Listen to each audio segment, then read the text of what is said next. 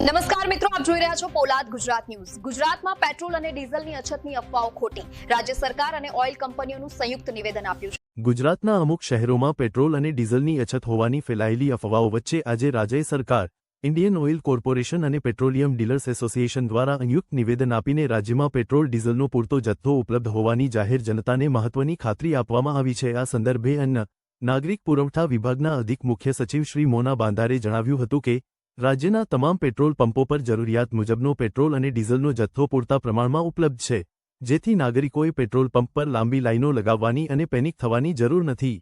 આ ઉપરાંત રાજ્યમાં પૂરતો ઇંપદાનો બકર સ્ટોક પણ ઉપલબ્ધ છે, જેથી કોઈએ ગભરાવાની કે ખોટી ઉતાવળ કરવાની કોઈ જરૂર નથી। અધિક મુખ્ય સચિવશ્રીએ ઉમેર્યું હતું કે અમુક જગ્યાએ પેટ્રોલ અને ડીઝલની અછત હોવાના સમાચાર માત્ર અફવા છે। આ ઉપરાંત જો કોઈ ડીલર પાસે જથ્થો હોવા છતાં જાણી જોઈને પંપ ભંગ રાખશે અથવા જનતાને હેરાન કરશે તો તેની સામે સખત કાયદેસરની કાર્યવાહી કરવામાં આવશે।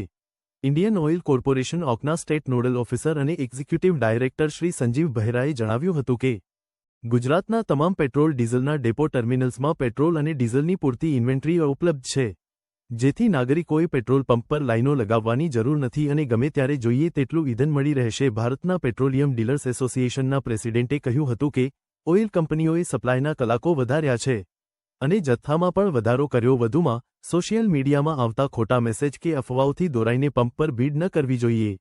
ગુજરાતમાં ઈંધણની કોઈ જ તકલીફ નથી અને ભવિષ્યમાં પણ રહેશે નહીં। પોલાદ ગુજરાત ન્યૂઝ, સુરત। सुनील, हाँ अभी यहाँ पे पेट्रोल की बहुत लाइन लग गई है। हाँ। पेट्रोल थोड़ा भी है नहीं गाड़ी में।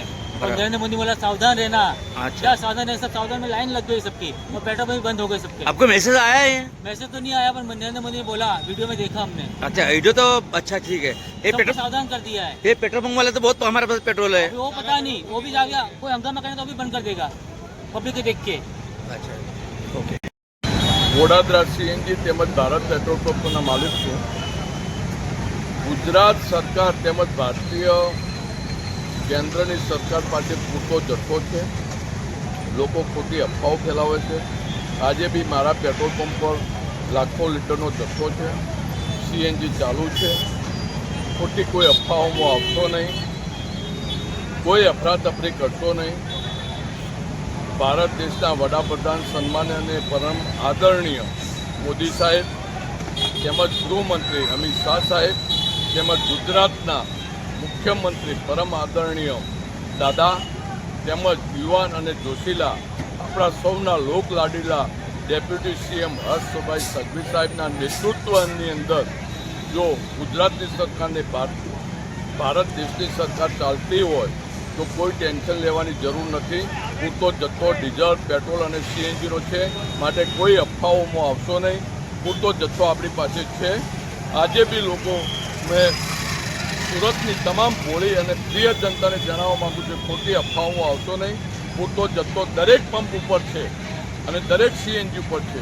વંદે માતરમ, ભારત માતા કી જય। जयराम भाई, इतनी भीड़ लगी है, इसका उनको मैसेज क्या देना એનું चाहिए? કારણ એ જ છે કે ખોટી અફવાઓમાં અને આપણી સુરતની જનતા ઉતાવળી છે, થોડી ભોળી છે, ઉતાવળી છે, ધંધાકીય છે, બિઝનેસમેન છે, એમને થોડું કદાચ આગું પાછું થાય, પરંતુ પૂરતો જથ્થો છે। ડીઝલ, પેટ્રોલ પંપ, પેટ્રોલનો બી જથ્થો સંપૂર્ણ છે।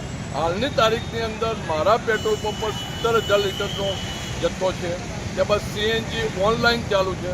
માટે તમામ સુરતની પ્યારી, પ્રિય અને ભોળી જનતાને જણાવવા માગું છું કે ખોટી અફવાઓમાં આવશો નહીં। પૂરતો જથ્થો છે, ખોટી અફવાઓમાં આવશો નહીં। પ્લીઝ, વંદે માતરમ, ભારત માતા કી જય।